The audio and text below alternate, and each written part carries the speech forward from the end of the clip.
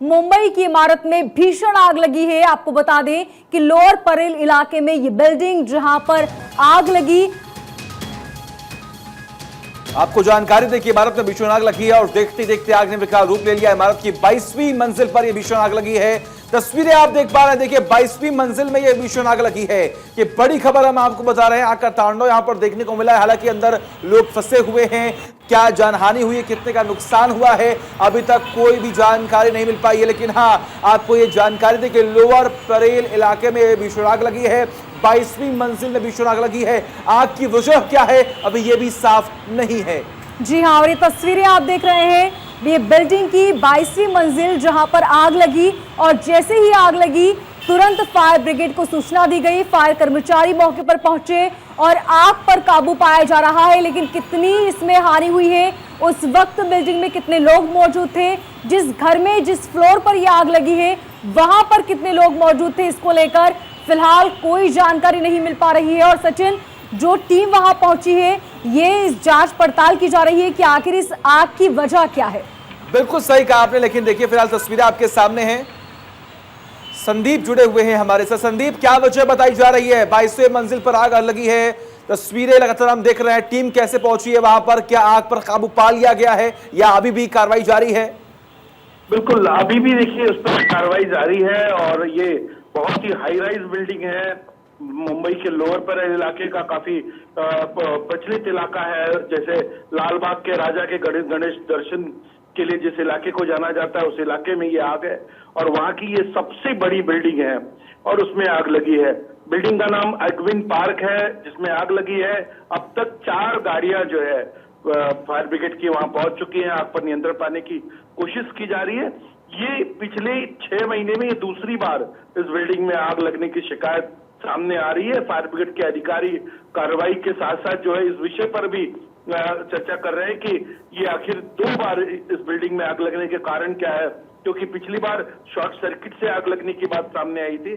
तो इस बार जो है उनकी तैयारी है कि वायरिंग और बाकी चीजों को जो है उसकी पड़ताल की जाए कि आखिर इतनी हाई राइज बिल्डिंग में बार बार आग लगने की शिकायत क्यों आ रही है। ठीक संदीप, बहुत शुक्रिया तमाम जानकारी के लिए।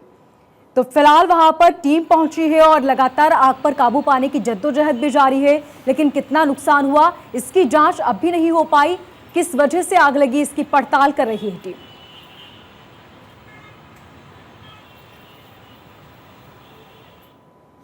और देखिए सीधा आपको लेकर चलते हैं बिहार विधानसभा, जहां पर जमकर विरोध हो रहा है शराब कांड को लेकर। तस्वीरें अभी थोड़ी देर में आपके सामने होगी। देखिए आप किस तरीके से हंगामे के आसार पूरे हैं, क्योंकि अब तक 35 लोगों की मौत हो चुकी है।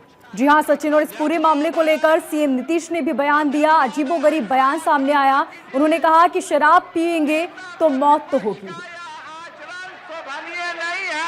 अध्यक्ष महोदय, आप बोलिए।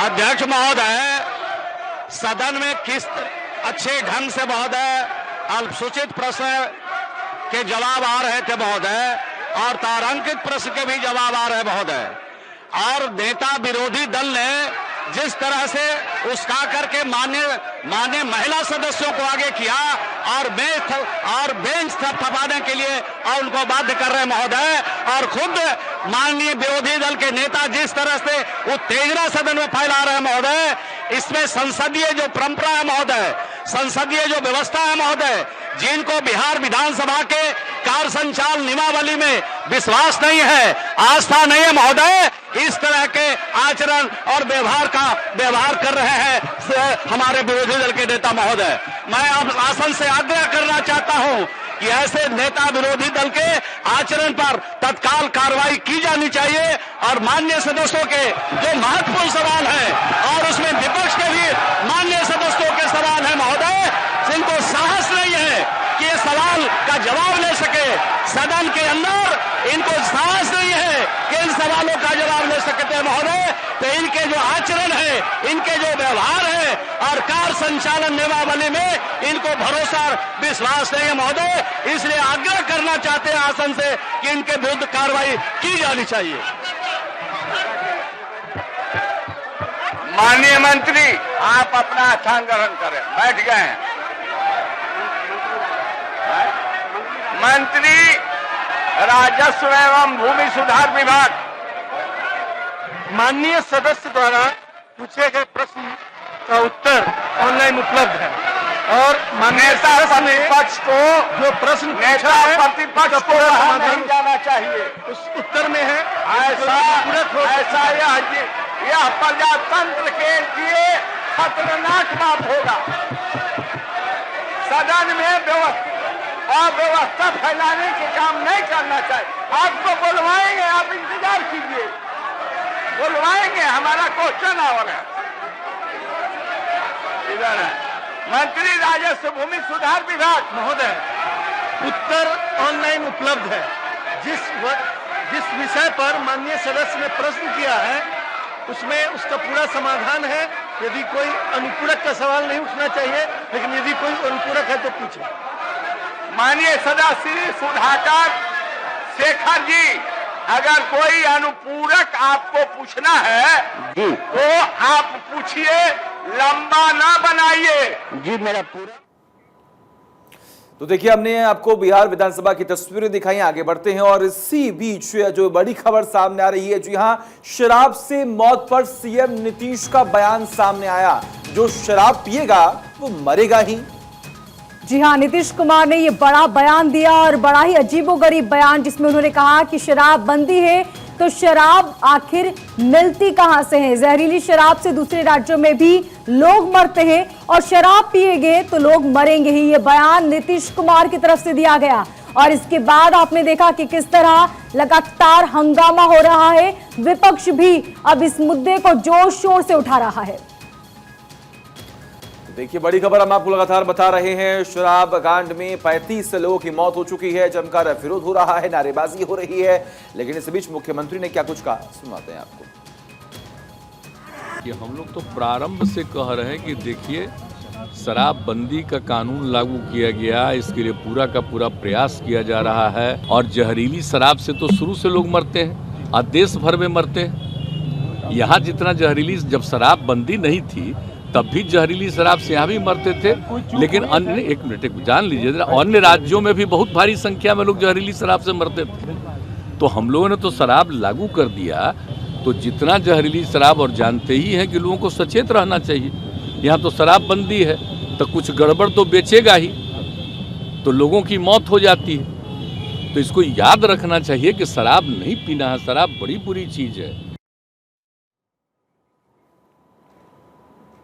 और विधानसभा में नीतीश कुमार ने कल क्या कहा था, अब वो भी सुन लीजिए। हो गया, क्या हो गया? अरे बोल रहे हो, जहरीली शराब, क्या हो गया? क्या हो गया? अरे बोल रहे हो, जहरीली शराब। तो काफी गुस्से में आग बबूला हो गए थे, चेहरा लाल हो गया था मुख्यमंत्री नीतीश कुमार का, क्योंकि उनसे सवाल पूछ लिया गया कि आखिर शराब बंदी है लेकिन उसके बाद भी शराब बिक रही है और लोग मर रहे हैं।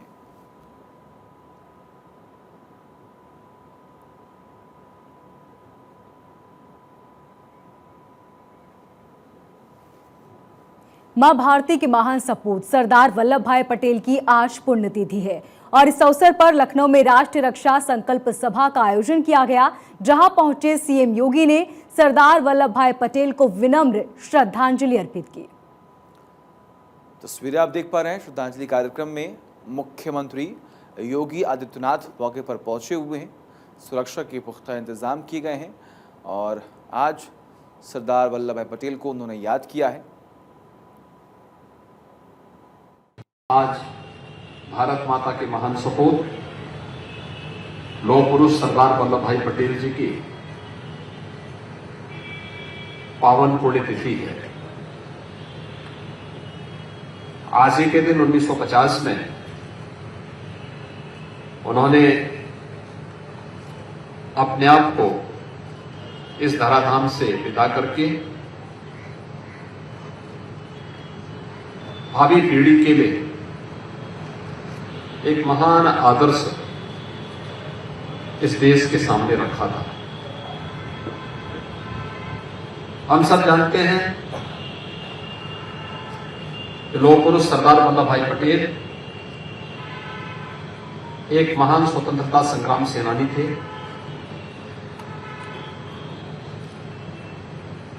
आजादी के बाद संविधान निर्माण में उनकी महत्वपूर्ण भूमिका थी और स्वतंत्र भारत का स्वरूप किस प्रकार से होना चाहिए, वर्तमान भारत के शिल्पी के रूप में भी जिस महापुरुष को लोग बड़ी श्रद्धा और सम्मान के साथ स्मरण करते हैं, वह नाम लौह पुरुष सरदार वल्लभ भाई पटेल का है। केंद्र सरकार के विभिन्न विभागों में करीब 9.79 लाख पद खाली है, यानी कि 9,79,000 पद खाली हैं। केंद्र सरकार ने विभागों में खाली पदों पर भर्ती के सवाल पर लोकसभा को जानकारी दी है। केंद्र सरकार ने सभी खाली पदों को भरने के लिए भी निर्देश दिए जाने की बात कही। केंद्रीय कार्मिक राज्य मंत्री जितेंद्र सिंह ने एक लिखित उत्तर में बताया कि भारतीय प्रशासनिक सेवा IAS के 1472, भारतीय पुलिस सेवा के 864 और भारतीय वन सेवा के 1057 अधिकारियों के पद अब भी खाली है। आपको जानकारी दें कि केंद्र के 78 मंत्रालय विभागों में स्वीकृत 40 लाख पदों में से लगभग 9,08,000 पद खाली हैं। इनमें में सिर्फ 4 मंत्रालय रेल, गृह, रक्षा और डाक विभागों में भी 35 लाख से ज्यादा पद मंजूर हैं। कर्नाटक हाईकोर्ट ने पंचायत चुनाव में देरी को लेकर राज्य सरकार पर 5 लाख रुपए का जुर्माना लगाया।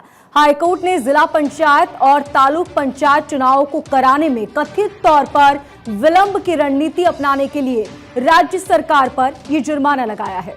हालांकि उच्च न्यायालय ने इन चुनावों के मद्देनजर परिसीमन और अन्य पिछड़ा वर्ग आरक्षण सूची तैयार करने से जुड़ी कवायद पूरी करने के लिए राज्य सरकार को 3 महीने का समय दिया है। आपको बता दें कि हाईकोर्ट में कर्नाटक राज्य निर्वाचन आयोग की याचिका पर सुनवाई की गई। कोर्ट ने राज्य सरकार को परिसीमन सूची जारी करने और कर्नाटक ग्राम स्वराज एवं पंचायत राज विधेयक को खारिज करने का निर्देश भी दिया।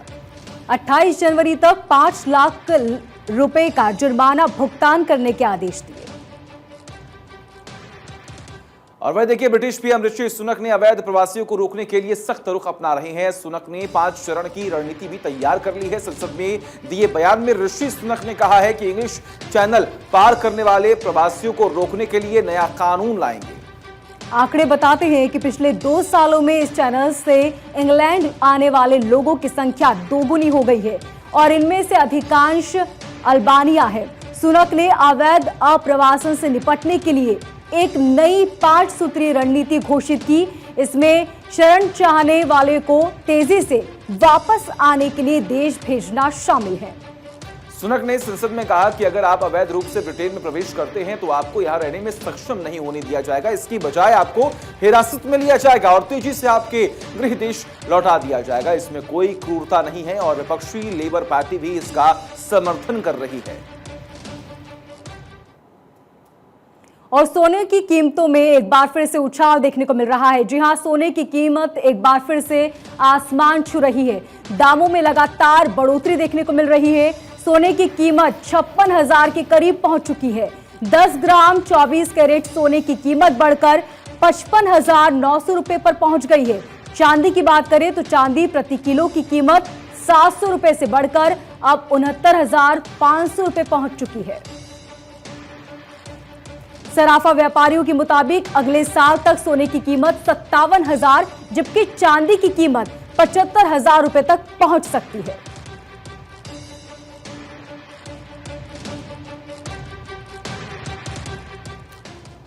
उत्तर प्रदेश के कन्नौज में पूर्व प्रधान की लाठियों से पीट-पीटकर हत्या करने का मामला सामने आया। कहा जा रहा है कि चुनावी रंजिश की वजह से हत्या को अंजाम दिया गया। नरुइया गांव में एक स्कूल में हैंडपंप की बोरिंग करवाई जा रही थी जिसमें लगातार बालू निकल रही थी। इसी को लेकर पूर्व प्रधान के परिजनों से कुछ कहासुनी हो गई। इसके बाद दोनों परिवारों के बीच मारपीट हुई जिसमें पूर्व प्रधान की पीट-पीटकर हत्या कर दी गई। हाय लला प्राइमरी स्कूल में कैप्टरी बनवान गो तो आगे न लगी वहां से यादव लोग खींच लिए माता अपने घर में। कौन लोग थे? यादव लोग। कहाँ के थे? वही नरुई के हमारे गांव के। क्या रंजिश क्या थी? रजिया प्रधानी उनकी निलंबित भेजे थे, सदस्य ने सौंपी गई। वो यही है कि झगड़ा तो हुआ है, और झगड़ा क्या कहें, सिर्फ एक तरह से एक पक्षीय उन लोगों ने घेर कर अरुण शाक्य के ऊपर हमला किया है, और उस हमले में हताहत होकर के मुझे लगता है 4 लोग गिरफ्तार हुए हैं। और सच्चाई तो ये है कि जिन लोगों ने भी ये घटना की है, एक बार कर तो गए होंगे, लेकिन अब उनको भी मालूम पड़ेगा कि उनका पल्ला कैसे पड़ा है, उनकी रूह कांप जाएगी, इतनी सख्त कार्यवाही होगी। 2 पक्षों के मध्य आपसी रंजिश को लेकर हुए झगड़े में एक व्यक्ति की मृत्यु हुई है। मौके पर पर्याप्त पुलिस बल मौजूद है। आरोपीगण को हिरासत में ले लिया गया है। अग्रिम विधिक कार्रवाई प्रचलित है तथा कानून व्यवस्था की स्थिति सामान्य है। तो वहीं राजस्थान के भरतपुर में पंचायत ने एक परिवार के खिलाफ तुगलकी फरमान जारी कर दिया। परिवार ने विधवा बेटी की शादी दूसरी जगह कर दी, जिसके बाद नाराज पंचों ने उनका हुक्का पानी बंद कर दिया। गांव नगला में एक शख्स ने अपनी बेटी के पति की मौत के बाद उसकी दूसरी शादी कर दी, जिसके बाद उनका जीना मुहाल कर दिया। गांव का कोई भी किसान अपनी बोरिंग से इन्हें सिंचाई के लिए पानी देने को तैयार नहीं। फरमान की सूचना मिलने के बाद जब पुलिस गांव में जांच के लिए पहुंची तो सभी पंच बैकफुट पर आ गए। वहीं पीड़ित परिवार ने पंचों के डर की वजह से इसकी शिकायत भी नहीं की। समाज में रहने पर तो साहब हमें तो बाहर का थोड़े हम आज यहाँ लड़ाई करके मान जाते थे, समाज में ही पार पड़ते था। पानी मत भरन दे जाए, दुकान बन जान दो। अब बड़े बड़े आदमी ने जहाज में भी जोड़े पानी की बात सब काम होता है। बच्ची थी उसकी, दो बच्ची, नगीना और पूनम। तो पूनम का हस्बैंड एक्सपायर हो गया था 6 माह पूर्व, तो उसको इन्होंने दूसरी जगह उसने शादी कर ली।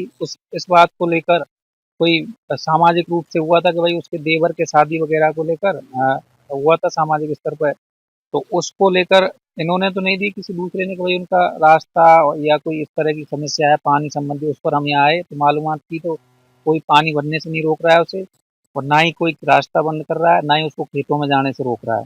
उस गांव में किसी तरह का कोई इस तरह का माहौल नहीं है। चलिए आगे बढ़ते रुक करते एक बड़ी खबर का। पेरू में हिंसक प्रदर्शन अभी भी जारी है। इमरजेंसी के बाद भी प्रदर्शन लगातार वहां पर जारी है। लोगों में काफी गुस्सा है, आक्रोश है। तस्वीरें आप देख पा रहे हैं। लोग अपने घर से बाहर सड़कों पर निकले हुए हैं। सरकार के खिलाफ मोर्चा खोल दिया है। और 30 दिन के लिए लगी इमरजेंसी के बावजूद भी सेना और प्रदर्शनकारियों के बीच झड़प अब भी जारी है। हिंसा में अब तक 6 लोगों की मौत हो चुकी है। तस्वीरें आपके सामने देखिए किस तरह लोग सड़कों पर उतर आए और प्रदर्शन जारी है। तो देखिए इमरजेंसी का ऐलान हुआ और उसके बाद ही आप तस्वीरें देख पा रहे हैं किस तरीके से अलग अलग क्षेत्रों में जमकर विरोध नारेबाजी के साथ साथ हिंसक झड़प हुई। आग छूने की तस्वीरें भी सामने आई। वहां पर फोर्सेस ने पूरा कंट्रोल करने का प्रयास किया, लेकिन जब अधिक से आबादी जो लोग वहां पर रहते हैं वो अपने घरों से बाहर निकल चुके हैं। मोर्चा खोल दिया है कि आखिर इमरजेंसी का ऐलान क्यों किया गया, और इमरजेंसी के बाद वहां पर विरोध प्रदर्शन लगातार जारी है। रोज ऐसी तस्वीरें पेरू से सामने आ रही हैं जब वहां पर जमकर विरोध और आंसू गैस से गोले छोड़े जा रहे हैं।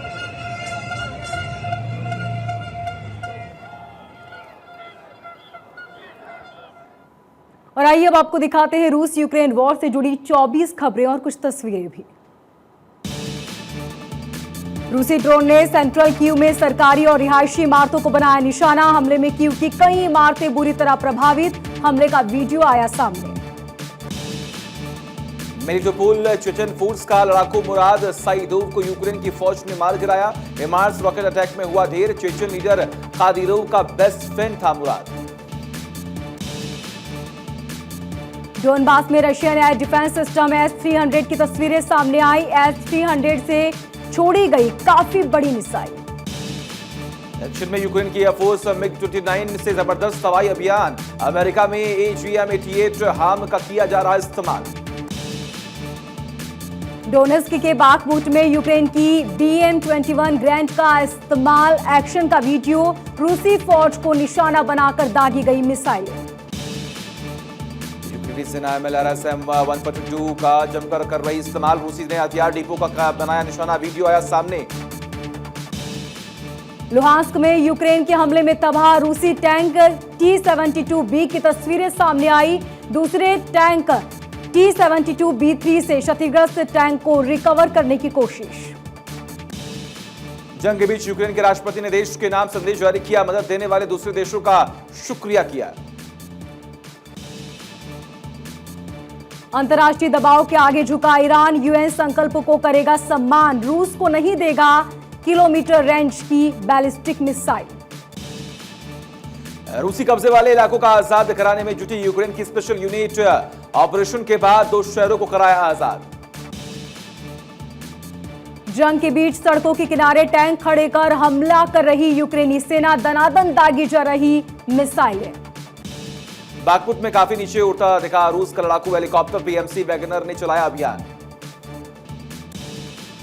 यूक्रेन सेना जंग के दौरान विकसित कर रही नए हथियार, 1000 किलोमीटर तक रेंज। रूस की राजधानी मॉस्को के पास एक शॉपिंग सेंटर में लगी भीषण आग, शहर में छाया धुएं का गुब्बार, आग की वजह साफ नहीं। रूस के हेलीकॉप्टर पर मिसाइल अटैक, हवा में आग का गोला बना हेलीकॉप्टर, यूक्रेन ने रूस के हेलीकॉप्टर को बनाया निशाना। यूक्रेन बेलारूस बॉर्डर पर फोर्स तैनात सेना का परीक्षण कर रहा है, बेलारूस सेना की मौजूदगी से यूक्रेन की बड़ी चिंता। भारी बर्फबारी के बीच रूस यूक्रेन की जंग जारी, तापमान शून्य के नीचे पहुंचा, दोनों तरफ से जंग के मैदान में जुटे सैनिक। दोनों देशों के युद्ध का एक्सक्लूसिव वीडियो आया सामने, हमले में यूक्रेन का T-64BV टैंक को रूसी T-72B3 टैंक ने तबाह किया। यूक्रेन के मारियोपोल में रूस का अटैक, हमले में मारियोपोल शहर पूरी तरह से तबाह, भीषण तस्वीरें आई सामने। लगातार 5वें दिन डोनेस्क में रूस ने दागी मिसाइल हमले में यूक्रेन को भारी नुकसान पहुंचा, हर तरफ दिखा तबाही का मंजर। बखमुत पर रूसी सैनिकों ने बढ़ाया हमला, यूक्रेन पर पूरी तरह से कब्जा करने की जंग तेज, रूसी सैनिक दाग रहे मिसाइलें। सड़क के किनारे यूक्रेनी मार्स रॉकेट लॉन्च, हमले का वीडियो वायरल, रूसी सेना पर कहर बरपा रहा यूक्रेन। यूक्रेन पर हमले का एक नया वीडियो आया सामने, सुरक्षा बलों ने यूक्रेनी सैनिकों और उपकरणों का सफाया कर दिया। रूस यूक्रेन युद्ध में दोनों देश एक दूसरे को लगातार निशाना बना रहे, रूस पर यूक्रेन की जवाबी कार्रवाई का एक वीडियो जारी किया गया जिसमें यूक्रेनी T-64BV टैंक ने रूसी T-72B3 टैंक को नष्ट कर दिया।